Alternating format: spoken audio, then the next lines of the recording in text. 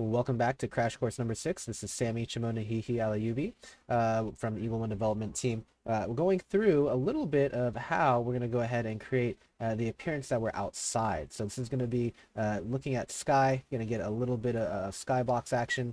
Let's place a door frame here from our model selection. Basic door frame is going to give us a nice way to kind of size up exactly how doors are going to work. Now, I don't like using too much Half-Life Alyx stuff, but in this case I'm going to. And I have here a door that is 10 in terms of its units width, 1 for each side of the door frame. So 8 is the width of each of the walls that we should be calculating for. And so I'm going to select this, and I can't actually use Control D to create it into 4 different faces because I actually have an extra vertex here. This is an n-gon. So I'm going to clean that up. I'm going to create a new object, Alt N, and then Control H to just hide everything. Press 1, select the vertex and delete it. And now I have my quad. U unhides it. Select the face and press Control D. Now I can go ahead and divide this up nice and evenly. I'm going to double click this, press F to go ahead and create our door, and quickly grab this and extrude the frame. Now later we'll use solid block lights to fill this out correctly, but for right now we're just going to go ahead and we'll explain how that viz portion works another time.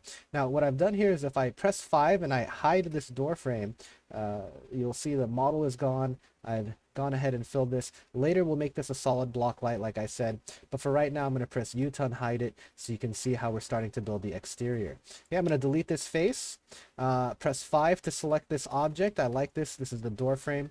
I want to go ahead and press Shift F. I'm going to mirror it right here, and you notice what it does is it creates the outdoor frame. Okay, so I'm going to just go ahead, put that mirror back in place so you can see, press enter. Now I've solidified that mirror. Okay, so if the player comes outside here, okay, now this is open, they're gonna see something like this dome. So I want to create the exterior of this dome. Okay, here's how I'm going to do it. Go into face mode, double click, all the faces are going to be selected. I'm going to go ahead and with a grid, let's set this to 8. I'm going to press G. I'm going to thicken it. Okay, we learned this from our last one. Now I've got an exterior and an interior to the dome. This makes it nice and easy for us to go ahead and finish this up. I do have here one portion of this that I'm going to go ahead and I'm going to hold down Alt. I'm going to double click the faces to select all the faces in that same plane on that mesh. Same thing, hold down Shift, Alt, double click over here. Actually, you know what? I'm going to deselect those. These are fine for now. I'm going to select all these faces though. Actually, let's go ahead and let's do that on the other side. Right here is what I wanted to select. Perfect. Let's go ahead and delete that. And I'm going to extrude this out just a little bit. I'm going to go into this mode by pressing F2. What this is going to allow me to do is see exactly how precise this wall needs to be. Okay, so I've got a thickness of 8. Hold down Shift. Let's create another side of this wall. Okay, now I'm going to go ahead. I'm going to select our part of our dome. And I'm just going to go ahead and I'm just going to pull it out. So that way we can go ahead and match it as we try to merge these meshes. Same over here. Pull this out. Okay, and then with both of these sides selected, here's what I bet I can do. Hold down Shift and go down. Okay, now I've gone ahead and I've capped this off. Okay, now for all intents and purposes, I can actually go ahead and delete this. So this is not going to be seen, so let's go ahead and delete that. And same with this. Let's just go ahead and delete this. I held down Alt, by the way, and double clicked on a face in order to select all of them. Nice and quick and easy. Don't worry about selecting edges, vertices. Okay, take advantage of the tools that are there. And I've now created the exterior, almost. Okay, but here's part of the magic. Okay, part of the magic of this, I'm going to select these edges. I'm going to switch the grid size to 16. I'm going to extrude this out.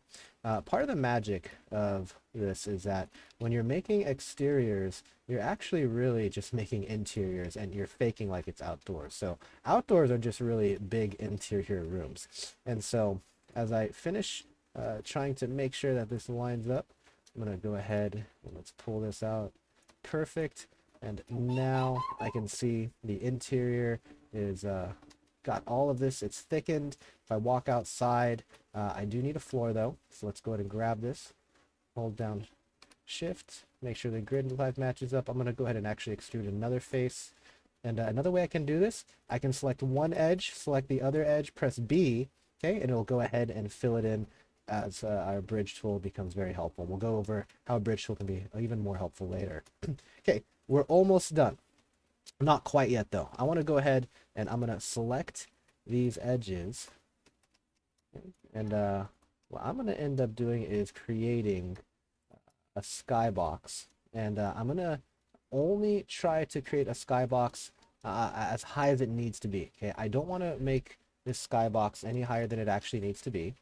So here's how I'm going to go ahead and create this skybox. Let's create another walls and we'll retexture it in a second. Okay, let's get into this view, pull it up, go back, and now we can go ahead and I'm just going to grab this side, hold down Shift, pull it over, and with the skybox texture as my active material, okay, if you can't find it, go to your asset browser, skybox, make sure you type it in, tool skybox is selected. This is very important. I need to go ahead and I need to seal this off. So I'm going to select all the faces that I need. I'm just quickly grabbing them by holding down Shift. And at this time, Shift T is going to apply that skybox texture.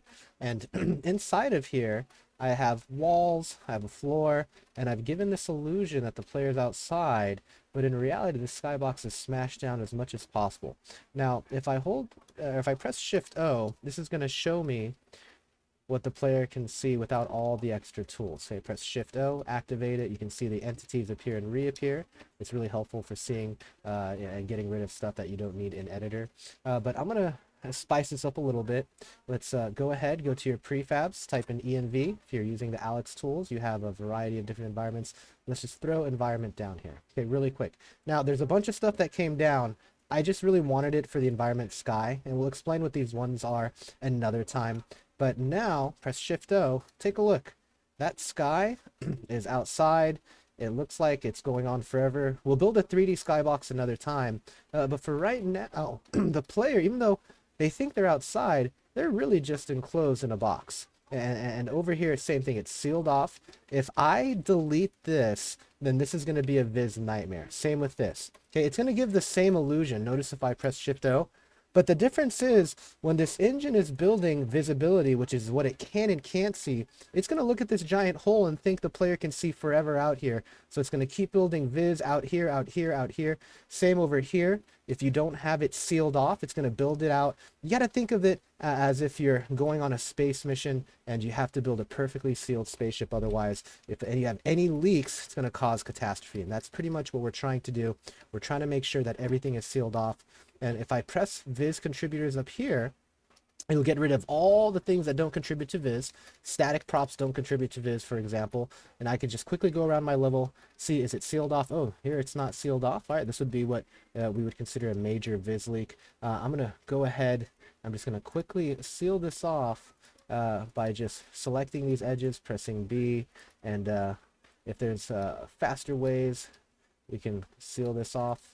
Excellent, but I'm trying to just make sure I maintain many quads as possible. And now what I have here is a level that gives the illusion that they're outside. All right, I hope you enjoyed this tutorial. Please like or subscribe, and we'll see you guys next time.